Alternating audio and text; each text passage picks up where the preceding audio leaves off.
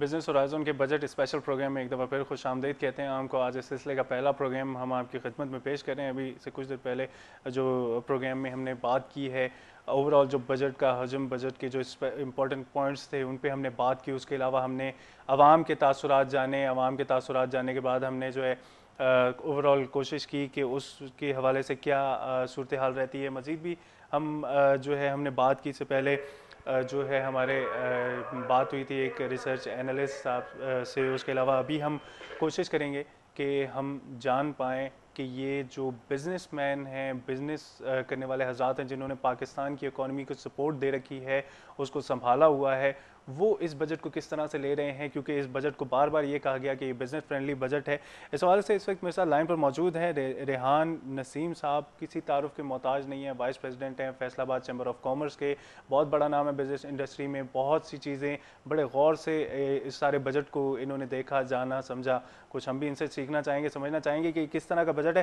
खुश आमदीद कहेंगे रेहान साहब आपको बिजनेस होराइजन में। शुक्रिया जी, अस्सलाम वालेकुम। सर, बिज़नेस फ्रेंडली बजट जो है आ गया। वज़ीर ख़जाना साहब ने अपनी बजट तकरीर के दौरान मुल्की बरामदात का रिकॉर्ड लेवल जो है 25 अरब डॉलर हासिल करने के मुतालिक बहुत पुरुमीद नज़र आया। और उन्होंने जो है इस हवाले से काफ़ी जो है मतलब आवाम को भी मुतमईन करने की, सबको मुतमईन करने की कोशिश की। जबकि 10 माह के दौरान 19.4 अरब डॉलर की बरामदात की गई। तो ये 2 महीने में सर कौन सी ऐसी बरामदात हो गई कि उन्होंने अपना लेवल जो है उसको मीट कर लिया? बड़ी अच्छी आपने फिगर कोट की है। बदकिस्मती हमारी, मैं तो कहूँगा ये है कि हमने अभी तक ये नहीं सीखा कि हम कौम को सच बताएं। आपके सामने है जिस तरह की सूरत हाल रही है। ये टैक्स कलेक्शन का जो इनका हदफ था वो भी इनको रिवाइज करना पड़ा। एक्सपोर्ट की फिगर इन्होंने बोलने की बजाय, आपको पता है इन्होंने लास्ट ईयर की फिगर बोली कि जी 25 बिलियन यूएस डॉलर की एक्सपोर्ट लास्ट ईयर हुई थी। भाई लास्ट ईयर हुई थी, तो इस बार जो है उसकी तो सही सूरत हाल बताओ कि क्या है, कि इस बार भी हम अचीव कर लेंगे। आप देखिए कि एनर्जी का बुरान इतना ज्यादा है, 2 महीने के अंदर ये क्या चीज अचीव करनी है और क्या चीज इन्होंने नहीं करनी। इन्होंने तो यहाँ तक कहा है, झूठ से इससे बड़ा झूठ क्या कि महंगाई की शरह मुल्क में 10% कम हो गई है। और अगर ये कितना बड़ा कौम से संगीन मजाक है कि जिस मुल्क में पिछले साल से 1 साल के अंदर 150% तक कीमतें डबल बढ़ जाएं और कौम को ये खुशखबरी सुनाई जाए कि ये जो महंगाई है वो कम हो गई है। हाँ, इन जो हकामे बाला है शायद उनके लिए कुछ कमी आई हो, नहीं तो आम आवाम के लिए तो शायद इन्होंने मेरे ख्याल तबाही के अलावा कुछ भी नहीं लाए। सर, हकाम बाला की तरफ से भी वजीर आजम साहब के लिए जो है बड़े घर की बजाय छोटा घर कर दिया है, उनको भी बड़ी परेशानी होगी इस हवाले से। सर वो तो देखिए जी, 4 साल अपने करके उन्होंने अनाउंसमेंट की है और इस तरह की जो पॉलिटिकल अनाउंसमेंट होती हैं वो भी आप देखते हैं। लेकिन मुझे एक बात बताएं, इससे आम पब्लिक को क्या फायदा होगा? ठीक है, इंस्टीट्यूट अगर बना तो पहली बात तो यह है कि बनेगा। इन्होंने अभी तक अपना कोई भी वादा आवाम से किया वो पूरा किया? मेरे ख्याल में तो नहीं किया। रोज आपको पता है असेंबली के फ्लोर पर खड़े होकर कभी प्राइम मिनिस्टर, कभी वफाकी वजीर बराए पानी बिजली कहते हैं कल से लोड शेडिंग खत्म हो जाएगी, 48 घंटे में खत्म हो जाएगी। और एक वक्त दफा तो यहाँ तक का कि और बड़ा क्लैपिंग सुनी कि आज से हमने लोड शेडिंग खत्म कर दी है। तो जिनका हाल ये है कि सच्ची बात कौम को नहीं बतानी, उन्होंने कौन से वादे पूरे करने और कौन से नहीं करने, ये आपको भी अच्छी तरह पता है और हमारी आवाम को भी अच्छी तरह पता है। लेकिन मैं फिर यही कहूंगा कि अब बहुत वक्त गुजर गया, खुदारा अब भी संभल जाएं। हमारे मुल्क की मईशत जो पहले ही बिल्कुल माइनस की तरफ चली गई है, गलत दादो शुमार अब कौम को बताना छोड़ दें। अब कौम ऐसी नहीं रही। आपके सामने है कि इन्होंने जो 1100 खरब का जो डिफरेंस है, जो इसमें खसारा है, उसके लिए कोई प्लान दिया है इस बार बजट में कि 1100 खरब का खसारा कहां से पूरा करना है? ये सब बेस कर रहे हैं कि हमें फलां जगह से एड आ जाएगी, फलां जगह से ये आ जाएगा, फलां जगह से वो आ जाएगा, उसमें भी कुछ नहीं। फिर आपके सामने है कि इन पिछले 4 सालों में इन्होंने 1 अरब डॉलर के फॉरेन लोन लिए एनर्जी क्राइसिस का हल के लिए, 1 अरब डॉलर के। आप मुझे बताएं कि कौन सा मंसूबा इन्होंने शुरू किया और कौन से मंसूबे में इन्होंने काम किया? अगर ये बात करके जी हम मंगला की एक्सटेंशन कर रहे हैं, तो आप सब टीवी चैनल्स पे और अखबारात में रोज देख रहे हैं कि वो तो अमेरिकन एड के थ्रू कर रहे हैं। तो ये पैसे कहाँ लगा रहे हैं? आप देखें तालीम के शोबे की बात करते हैं तो उसमें भी अमेरिकन एड का एड चल रहा है। बिजली के वाले से बात करते हैं, अगर कोई थोड़ा बहुत अभी तक ऑन ग्राउंड तो हमें कुछ नजर नहीं आ रहा है, तो फैक्ट की बात है। हम तो देखें इतनी बिजली का बुरहान तो कभी संगीन नहीं हुआ था जितना अब हो गया है। और वो भी हमें समझ आ रही है कि हमें पंजाबी होने का बदला लिया जा रहा है। हालांकि मेरी आपके तवज्जुह से इनको एक इंफॉर्मेशन मैं जरूर दूं कि अगर ये सोचते हैं कि शायद यहाँ पर नून लीग की हुकूमत पंजाब में बन गई है तो इस बात की पंजाब वालों को सजा दें, तो इनको आप ये भी जरूर बात बताएं कि इनकी जो सबसे ज्यादा सीटें हैं कौमी असेंबली में वो पंजाब से इलेक्ट होके गए हैं। और मैं तो उन एमएनए से भी हैरान हूँ, खासतौर पर मैं फैसलाबाद के जो हमारे अवामी नुमाइंदे हैं उनसे जरूर, कि सनती शहर होते हुए ये पीपल्स पार्टी या काफ लीग के यहाँ से माशाल्लाह 2-3 मिनिस्टर हैं, इन लोगों ने अब तक क्या बात की है? इन लोगों ने फैसलाबाद के लिए या फैसलाबाद की सनत के लिए या फैसलाबाद की इंडस्ट्री के लिए क्या बात की है? जब 3 महीने गैस बंद रही तो कोई एमपीएम ने सामने आने को तैयार नहीं था, कोई मिनिस्टर सामने आने को तैयार नहीं था।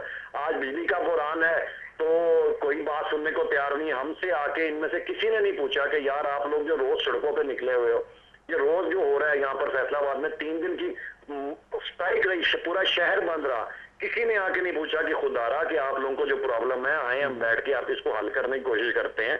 लेकिन फिर वही बात आ जाती है कि जब हकामे वाला ही जो हमारे प्रेसिडेंट या प्राइम मिनिस्टर हैं वही उनको कुछ दिन बाद आप देखिएगा वो आप एक टीवी पे, आपके भी टीवी चैनल पर बाकी टीवी चैनल से भी एक टिकर चलेगा कि सदर साहब ने नोटिस ले लिया है और फिर वो 2-4 अरब रुपए दे देते हैं और 4-5 दिन के लिए लाइट ठीक हो जाती है। लेकिन उसके बाद फिर वही बदकिस्मत अवाम और वही गर्मी के सताई अवाम और वही बेचारा बेरोजगार मजदूर सड़कों पे होता है। सर ये हुकूमत ने ये जो एनर्जी क्राइसिस है इससे निपटने के लिए 183 अरब रुपए मुख्तस किए हैं और ये भी यकीन दहानी कराई है उन्होंने कि जितने भी फंड्स चाहिए होंगे वो देंगे। क्या कोई इंडस्ट्री को सुख का सांस लेने को मिलेगा या फिर ये भी एक वादा है? मुझे सर हंसी आती है सब बातें सुन के कि ये जब फिगर्स देते हैं ये समझते हैं कि सारी कौम ही शायद बेवकूफ है। नहीं, ऐसा नहीं है।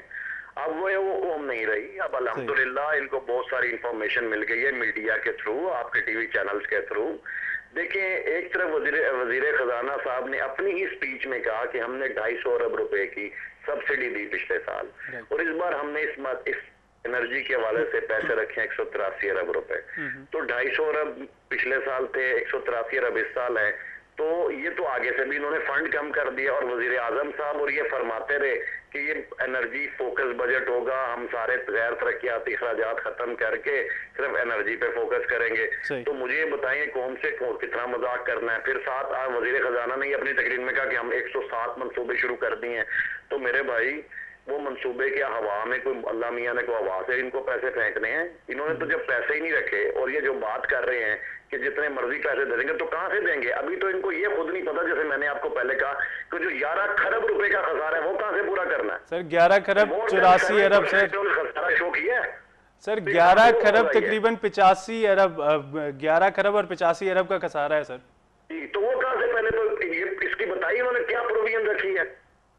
किसी ने मैं हैरान हूं अभी तक मैं तो एक आम पढ़ सा आदमी हूं, तो मुझे समझ आ रही है। तो जो हमारे इतने बड़े बैठे हुए हैं जो थिंक टैंक में बिठाए हुए हैं उन्होंने नहीं इनसे पूछा कि अल्लाह के बंदो ये आप पैसे कहां से पूरे करोगे, कहां से आएगी? अब तो आप पे तो कोई ट्रस्ट करने को भी तैयार नहीं है। क्योंकि आप देखें ना जो पैसे, अगर जैसे मैंने आपको कहा कि $1 अरब इन्होंने एनर्जी क्राइसिस से निपटने के लिए मुख्तलिफ जो डोनर एजेंसीज हैं या इंटरनेशनल है वहां से इन्होंने पैसे लिए और पैसे कहां गए ये आज तक बता नहीं सक रहे कि वो पैसे कहां हैं। सर एक और चीज एक और बात, वजीर खजाना साहब तो माशाल्लाह हर गवर्नमेंट में वजीर खजाना कई बार रहे, कभी मुशीर खजाना रहे, कभी वजीर खजाना रहे, उन्हें इस बात से कोई कंसर्न नहीं है कि अवाम का क्या बनेगा। मैं तो ये हैरान होता हूँ कि पीपल्स पार्टी की गवर्नमेंट जो कि एक अवामी गवर्नमेंट कहलाती थी, जो रोटी कपड़ा और मकान का नारा लगाती थी, अब उसने अवाम के पास कौन सी चीज मतलब के रह गई है जिसको वो भी छीनना चाहते हैं? पहले ना मकान गया, रोटी गई, कपड़ा तो वैसे ही बेचारों के पास पहनने के लिए नहीं है। ये कहां से आएगा? इसमें इन्होंने तो वजीर खजाना साहब ने तो चले जाना है, ये फिर नई गवर्नमेंट कोई और आएगी उसकी तारीफें शुरू कर देंगे। बात तो ये करें पीपल्स पार्टी की गवर्नमेंट को सोचना चाहिए कि हम अवाम के सामने आगे इलेक्शन आ रहे हैं, कैसे वोट लेने जाएंगे? कि जब झूठ पे झूठ बोलेंगे अवाम के साथ। तो सर थोड़ा सा आपकी राय इस पे भी जानना चाहूंगा। एक और बड़ी खास बात की है वजीर खजाना साहब ने, उन्होंने कहा है कि सनतों के लिए बजट में खास मराद दी गई हैं जो तफसीली बजट आने पे सामने आएंगी। ऐसी कौन सी खास मराद है सर? जी बड़ी आपने अच्छी बात की जी। मुझे भी बड़ी खुशी होती है कि जब मैं ये बातें सारी सुनता हूँ कि ये खास मराहत हैं। ये हमें सुनाया गया जी एक्सपोर्ट के लिए, एक्सपोर्ट डेवलपमेंट फंड के लिए 10 अरब रुपए रख दी है, जबकि अगर आप देखें जो पिछला इन्होंने R&D फंड बनाया था जो टेक्सटाइल पॉलिसी के अंडर, उसमें 30 अरब रुपए चाहिए थे। ये देखिए, मैं फिर वही बात करूंगा, अच्छी चीजें बिल्कुल हैं, जो 2-4 अच्छी चीजें हैं, अगर वो उसको उसी सिनेरियो में किया जाता तो शायद आवाम को और इंडस्ट्री को रिलीफ भी मिलता। लेकिन मुझे बताइए पैसे आएंगे कहाँ से, और ये कौन सा वक्त आएगा जब ये बाद में तफसील से बताएंगे। पोस्ट बजट तो इन्होंने कर दी अपना प्रेस कॉन्फ्रेंस, उसमें क्या तफसील बताई, राइट। इतना इंतजार करेंगे क्या? जब इनकी गवर्नमेंट जिस दिन जा रही होगी उस दिन ये बताएंगे, जैसे इन्होंने 4 साल में तो कुछ नहीं किया और आखिरी 5 साल में बकौल इनके कि अवाम को हम रिलीफ देंगे। मुझे एक बताएं, 1 रुपया अवाम के रिलीफ के लिए रखा? आप इंडस्ट्री की बात करते हैं, मैं तो कह रहा हूं अवाम के लिए 1 रुपया रखा, पूरे बजट में बता दे। वो एक 70 अरब का जो फंड इन्होंने क्रिएट किया हुआ है, उसमें भी कहां तक सच्चाई है कि कितने शफाफियत का, अभी तक उस पर कोई ऐसा नहीं इन्होंने बनाया कि जिससे पता लगे कि वो शफाफ है। वो सिर्फ उन्हीं गरीब आदमियों को ही डिस्ट्रीब्यूट हो रहा है, और उसमें कोई ऐसी पॉलिटिकल भी नहीं की गई, हर गरीब बंदे को वो दिया जा रहा है, उस पर तो भी क्लियरिटी ही नहीं है। लेकिन फिर वही बात आ जाती है कि इंडस्ट्री को बचाने के लिए कुछ नहीं किया जा रहा। हमारी जो इंडस्ट्री ग्रोथ है वो 0 रही है, आप सबको पता है। हमारी जो इकोनॉमिक ग्रोथ है पूरे पाकिस्तान की, वो बकौल इनके 2.3 पॉइंट समथिंग रही है। मैं तो उस फिगर को भी नहीं मानता, क्योंकि वो सारा, उससे चंद दिन पहले स्टेट बैंक की रिपोर्ट कुछ और कह रही थी और इनकी अपनी रिपोर्ट कुछ और कह रही है। आप खुद नोट कर लीजिएगा, इन्होंने जो फिगर्स दी हैं पिछले साल के बजट की और इस साल के बजट की, उन्हीं फिगर्स में ही इतना ज्यादा डिफरेंस है। तो ये बातें तो मुझे अब समझ नहीं आ रही, हम किससे सर खपाएं, किसके आगे जाके ये बातें सुनाएं, क्योंकि इन लोगों ने तो सुननी होती तो शायद 4 सालों में भी सुन चुके होते।